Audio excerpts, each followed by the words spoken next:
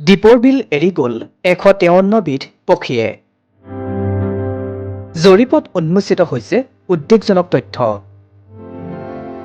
9টা বৈশিষ্ট্যৰ 5টাত উত্তীৰ্ণ হৈ দ্বীপৰ বিলে লাভ কৰিছিল ৰামছাৰ ক্ষেত্ৰৰ স্বীকৃতি। 2002 চনত 219টা প্ৰজাতিৰ পক্ষীৰ বিচৰণস্থলীত সম্প্ৰতি আছে মাথো 66 বিধ পক্ষী। প্ৰদূষিত পানী, ডাম্পিং গ্ৰাউণ্ড, ৰেলৰ চলাচল, অবৈধ বেদখলেই প্ৰধান কাৰণ।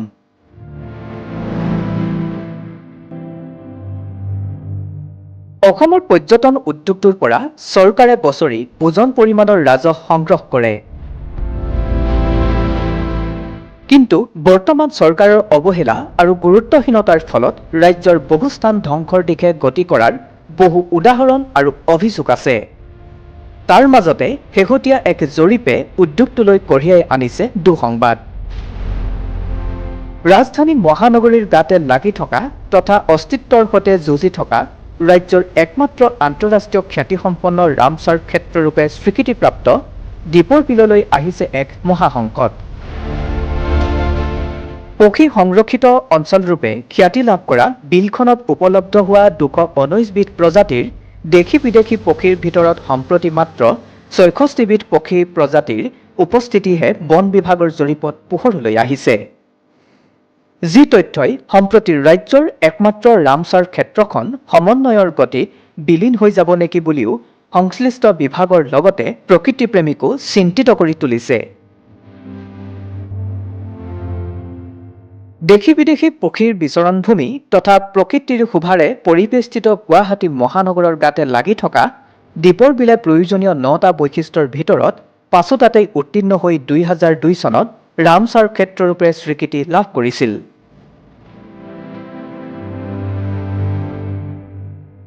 উল্লেখযোগ্য যে বিশ্বৰ আৰ্দ্ৰভূমি অৰ্থাৎ জলাশয়, হ্ৰদ আদিৰ সংৰক্ষণৰ সজাগতা সন্দৰ্ভত 1971 চনত ইৰাণৰ ৰামছাৰ চহৰত বিভিন্ন দেশৰ প্ৰতিনিধি তথা প্ৰকৃতিবিদৰ উপস্থিতিত অনুষ্ঠিত হৈছিল এখন সন্মিলন।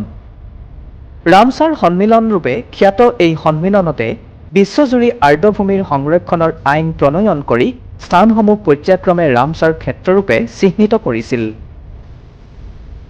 উল্লেখিত বৰ্ষৰ 2 ফেব্ৰুৱাৰীত অনুষ্ঠিত এই ৰামছাৰ সন্মিলনৰ দিনটোতেই প্ৰতি বছৰে বিশ্ব আৰ্দ্ৰভূমি দিৱস পালনৰ প্ৰস্তাৱ গ্ৰহণ কৰি এখন চুক্তি স্বাক্ষৰ কৰিছিল 160খন দেশে।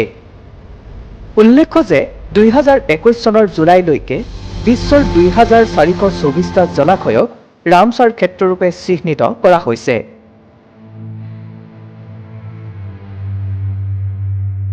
(1974 চনত অষ্ট্ৰেলিয়াৰ কোবুৰ্গ পেনিনচুলাক প্ৰথমখন ৰামছাৰ ক্ষেত্ৰৰূপে চিহ্নিত কৰা হয়। সম্প্ৰতি ভাৰততো 47খন ৰামছাৰ ক্ষেত্ৰ আছে আৰু ইয়াৰ ভিতৰত দ্বীপৰ বিলে অসমৰ প্ৰথম আৰু একমাত্ৰ ৰামছাৰ ক্ষেত্ৰৰূপে 2002 চনত স্বীকৃতি লাভ কৰে। 2002 চনৰ 19 আগষ্টত ৰামছাৰ সন্মিলনৰ 4.7ৰ অনুমোদন অনুসৰি 4000 হেক্টৰ জলাশয় ভূমিক সামৰি দ্বীপৰ বিলক ৰামছাৰ ক্ষেত্ৰৰূপে স্বীকৃতি প্ৰদান কৰা হয়।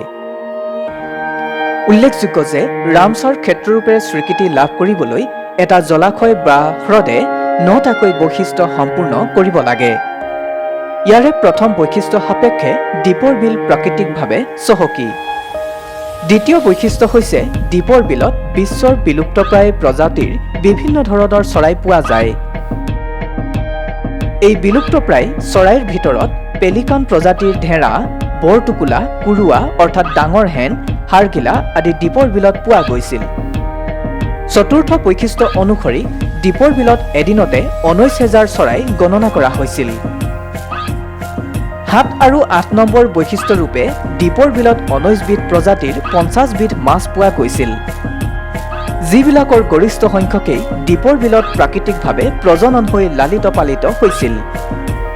এনে বৈশিষ্ট্যসমূহত উত্তীৰ্ণ হৈয়ে দ্বীপৰ বিলে ৰামছাৰ ক্ষেত্ৰৰূপে 2002 চনত স্বীকৃতি লাভ কৰিছিল যদিও আজিও ৰামছাৰ ক্ষেত্ৰৰ সীমা নিৰ্ধাৰণ নহল।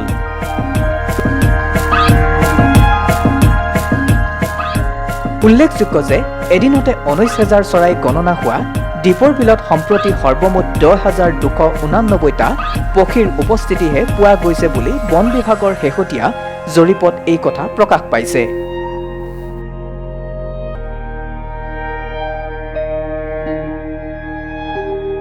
ৰামছাৰ ক্ষেত্ৰৰূপে স্বীকৃতি লাভ কৰাৰ সময়ত অৰ্থাৎ 2002 চনত সংশ্লিষ্ট বিভাগে কৰা জৰীপত দ্বীপৰ বিলত 219টা প্ৰজাতিৰ দেশী বিদেশী পক্ষীৰ উপস্থিতি পোহৰলৈ আহিছিল। সমান্তৰালকৈ সেই সময়ত বিলখনত 50টা প্ৰজাতিৰ মাছ, 38টা প্ৰজাতিৰ সৰীসৃপ আৰু উভচৰ প্ৰাণী, 448টা প্ৰজাতিৰ উদ্ভিদৰ উপস্থিতি জৰীপত প্ৰকাশ পাইছিল।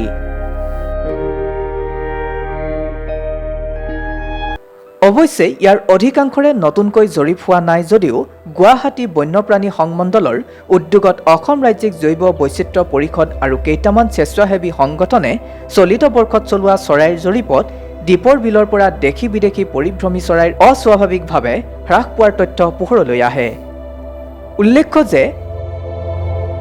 উল্লেখযোগ্য যে বাৰ্ড লাইফ ইণ্টাৰনেশ্যনেলে অতি গুৰুত্বপূৰ্ণ পক্ষী সংৰক্ষিত অঞ্চলৰূপে চিহ্নিত কৰা দ্বীপৰ বিলত সংশ্লিষ্ট বিভাগসমূহে চলিত বৰ্ষত চলোৱা চৰাইৰ জৰীপত দ্বীপৰ বিলত মাথো 66টা প্ৰজাতিৰ চৰাইৰ উপস্থিতিহে ধৰা পেলাবলৈ সক্ষম হয়। চলিত বৰ্ষৰ 12 ফেব্ৰুৱাৰীত দাখিল কৰা চৰাইৰ জৰীপৰ প্ৰতিবেদন অনুসৰি ৰামছাৰ ক্ষেত্ৰ অধ্যয়নৰ সময়ত পোৱা বিলুপ্তপ্ৰায় 1018টা বিয়েৰ্ছ পুছাৰ্ড, 5টা স্পট বিল্ড পেলিকানৰ ভিতৰত এইবাৰৰ জৰীপত এটাও নাপালে। অৰ্থাৎ 2002 চনৰ অধ্যয়নৰ সময়ত পোৱা 219টা প্ৰজাতিৰ চৰাইৰ ভিতৰত 153টা প্ৰজাতিৰ চৰাইৰ উপস্থিতি জৰীপত পোহৰলৈ নাহিল বুলি প্ৰতিবেদনত প্ৰকাশ পাইছে। সমান্তৰালকৈ 2002 চনত 24টা বৰটোকোলা আৰু 56টা হাড়গিলা পোৱা বিলখনত 2022 বৰ্ষৰ গণনাত মাথো 3টাহে পোৱা গ'ল। ফলত পক্ষীৰ প্ৰজাতি অস্বাভাৱিকভাৱে বিলখনত হ্ৰাস পোৱাৰ ৰামছাৰ ক্ষেত্ৰ স্বীকৃতিৰ মৰ্যাদা হেৰুৱাই পেলাব নেকি বুলি এতিয়া প্ৰকৃতিপ্ৰেমী সংগঠনৰ লগতে ভিন্নজনৰ মাজত প্ৰশ্নৰ উদয় হৈছে।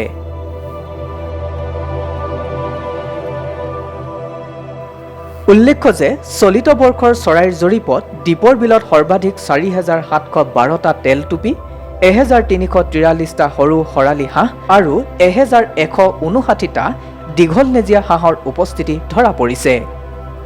সমান্তৰালকৈ 54টা পানীডুবি, 77টা দেও ৰাজহাঁহ, 15টা ধৃতিৰাজ, 113টা কিকি হাঁহ, 25টা পাতিভূতি হাঁহ, 164টা ইটাগুৰিয়া হাঁহ, 25টাকৈ চকুৱা, 9টা বৰশৰালী হাঁহ, 4টা ঘিলা হাঁহ, 34টা দৈকলা, 119টা পানী কাউৰী, 130টা শামুক ভঙা, 253টা কণামুচৰি, 204টা কামচৰাই, 55টা চিলনী, এটা হেনকে ধৰি এই জৰীপত 64টা প্ৰজাতিৰ 10,289টা পক্ষীৰ উপস্থিতিৰ কথা প্ৰতিবেদনত প্ৰকাশ পাইছে।